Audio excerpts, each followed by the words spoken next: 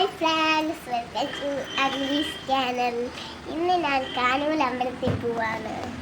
നാളെയാണ് കോലം. അപ്പം നമുക്ക് ശ്വേതാംബരധരേ ദേവി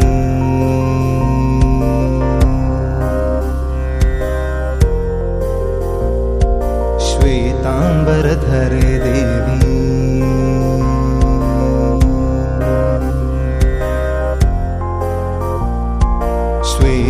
ഇതാണ് കോലത്തിന്റെ ഒരുക്കങ്ങൾ.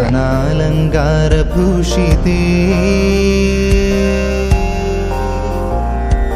ജഗത്സ്ഥിതേ ജഗന്മാതർ മഹാലക്ഷ്മി നമോസ്തുതേ.